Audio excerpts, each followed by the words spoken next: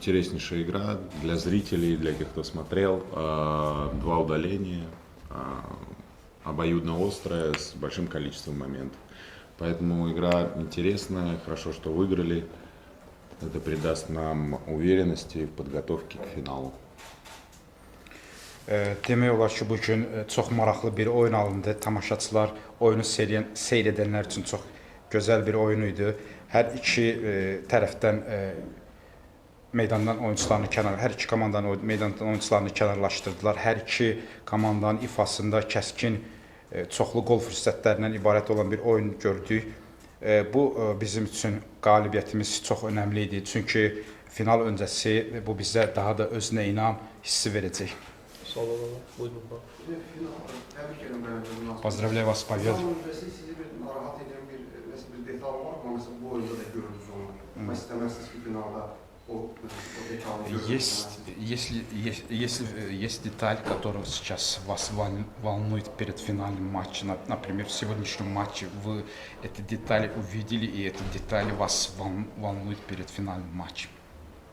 Нет, мы планомерно работаем, мы даем игрокам, которые меньше играли, почувствовать игровой ритм. Игрокам, которые играли большое количество, даем где-то отдохнуть, поэтому нет, мы спокойно готовимся плодотворно к финалу.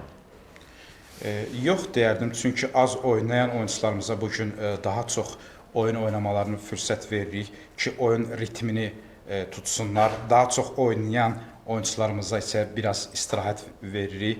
Sakit bir şəkildə final oyununa deyərdim ki, hazırlaşırıq. Buyurun. Sualımda var. CSKA Yubiley oyunda iştirak edərdiniz və maraqlı, yəqin ki, sizdən sabah oyun haqda, final oyunu haqda bir məşəvət apardınız, söhbət elədiniz. Bildiğim qədərilə Slutski'ni davet eləmişsiniz. Kesin öyle soruşdum. Yeni bir Qazayev'de görə bilərdik, digər bir tanınmış şəxsləri görə bilərdik. Davet elədiniz mi finala gəlib? Вы когда были в гала-матче ЦСКА, наверное, там вы обсудили о нашем финальном матче, и вы уже сказали, что Слуцкого вы пригласили в наш финальный матч. Новых лиц мы можем увидеть, как, например, Газаева в этом матче?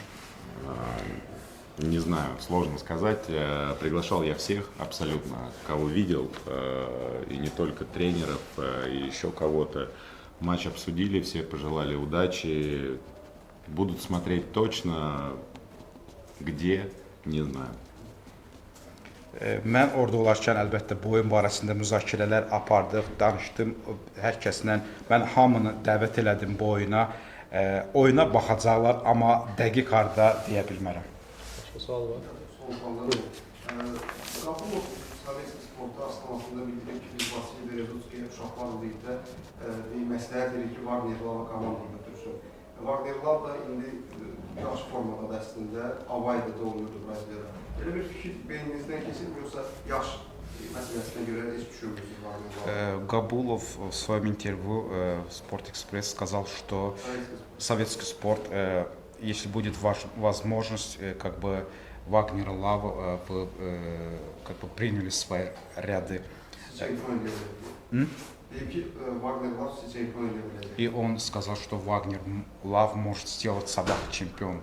Как вы думаете, вы хотите его как бы в свои ряды, или он даже в Аваи играл последний сезон, хороший перформанс показывал, или он уже с возрастом как-то не может?